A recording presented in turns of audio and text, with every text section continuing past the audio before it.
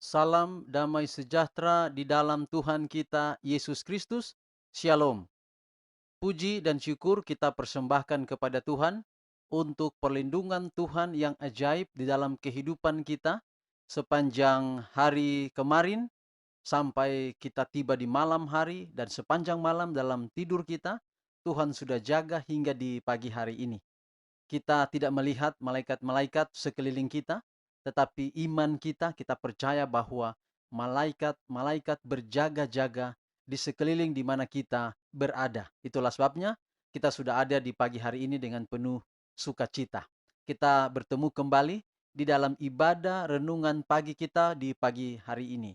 Dan saudara-saudara, sebagaimana biasanya, sebelum kita akan mendengarkan pekabaran firman Tuhan, marilah kita akan memuji Tuhan, kita akan memuliakan Tuhan, dan kita akan nyanyikan satu lagu di dalam buku Lagu Sion nomor 459. Lagu Sion nomor 459 dengan judul Beri Aku Jalan Sertamu. Beri Aku Jalan Sertamu. Kita akan nyanyikan bait pertama dan bait kedua.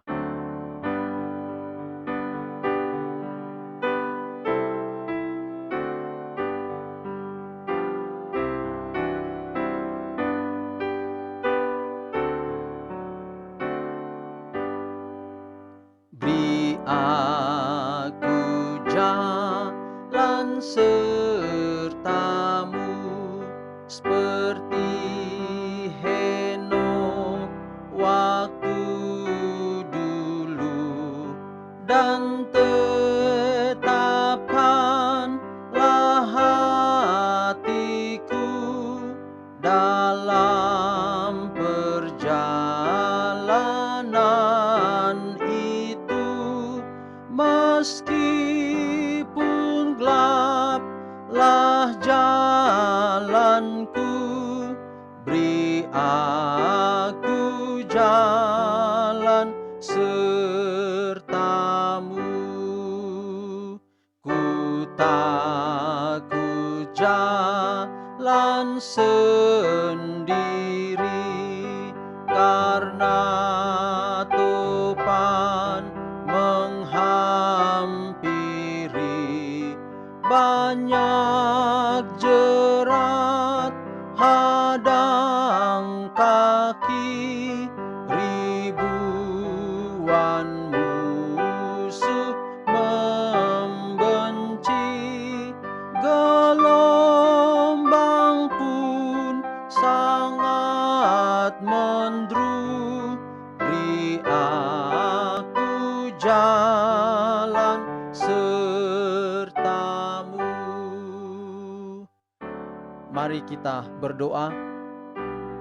Ya Tuhan Allah Bapa kami di dalam sorga, terima kasih Tuhan, karena Engkau berjalan bersama kami, melangkahkan kaki kami di atas dunia yang penuh dengan segala permasalahan ini Tuhan.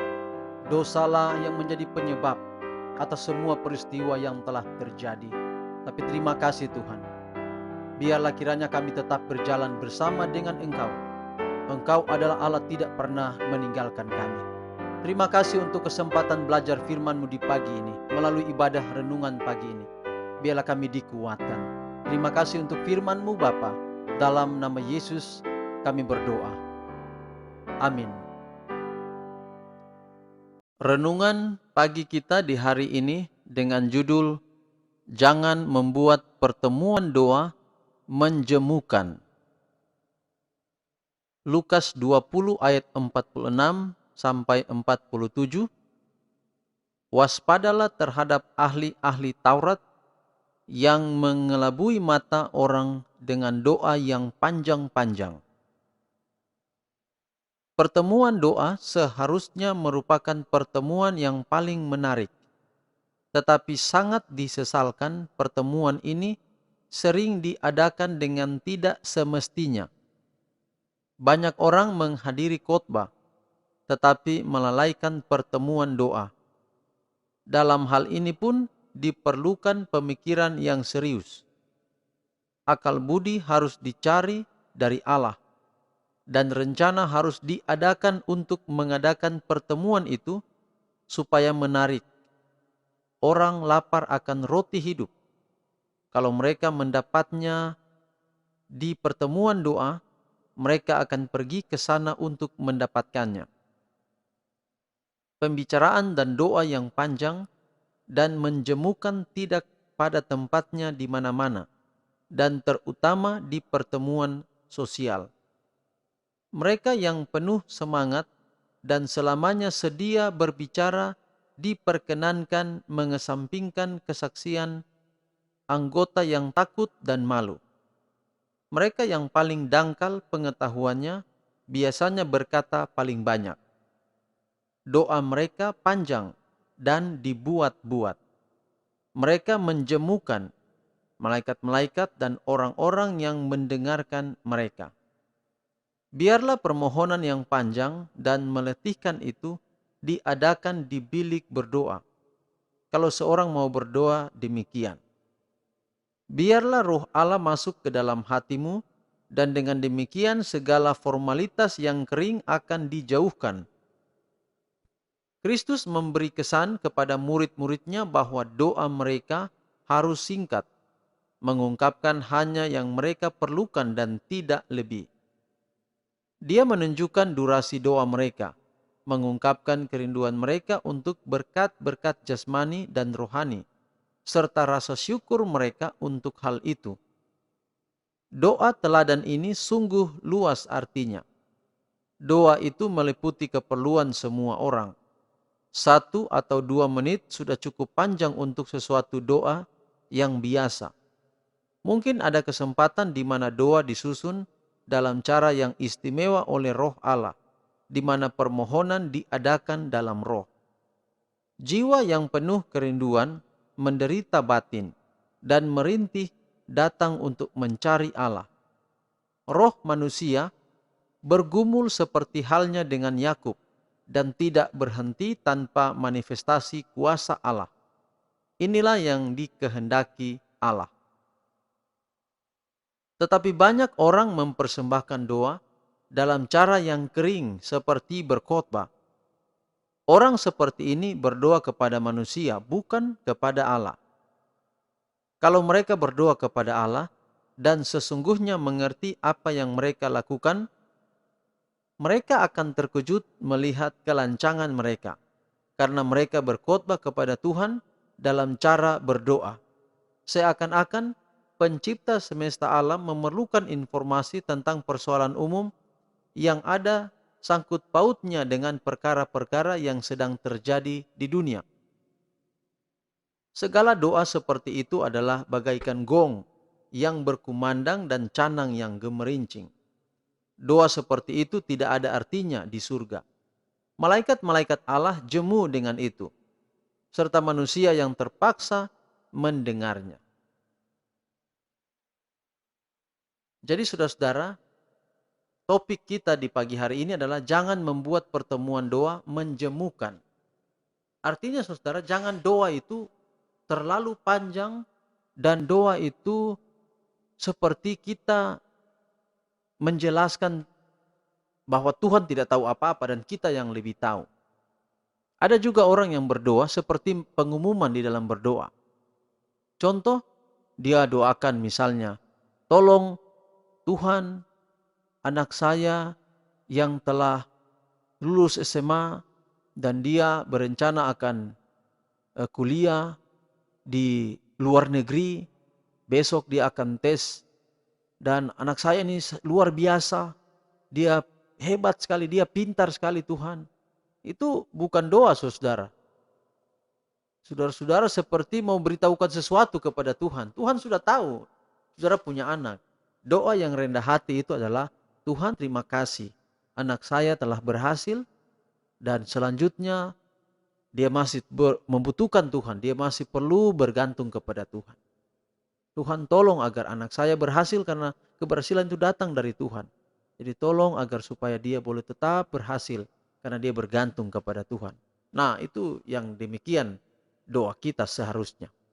Bukan doa untuk menyampaikan sesuatu, menyampaikan hal yang kita tahu Tuhan tahu, tapi kita rasa seperti Tuhan tidak tahu. Jadi kita mau doa untuk memberitahukan sesuatu kepada Tuhan. Maka kita menjadikan sebuah doa itu menjemukan. Begitu pula dengan kalau kita melakukan ibadah khusus doa. Jangan buat ibadah doa itu menjemukan. Tetapi biarlah kita bermohon secara natural, alami, apa yang kita butuhkan. Dan sebagaimana renungan pagi kita waktu lalu, Tuhan akan menjawab sesuai dengan kemurahan kasih Tuhan dalam kehidupan kita. Baik saudara, mari tetap berdoa, tetapi buatlah doa itu adalah kata-kata yang sederhana dari hati kita yang tulus. Tidak perlu mengajarkan Tuhan, tidak perlu memerintahkan Tuhan atau menginterupsi Tuhan, tetapi doakanlah dari hati kita yang tulus. Tuhan memberkati kita di dalam renungan kita di pagi hari ini. Amin. Saudaraku yang kekasih, kita langsung masuk pada doa. Mari kita tunduk kepala dan kita berdoa.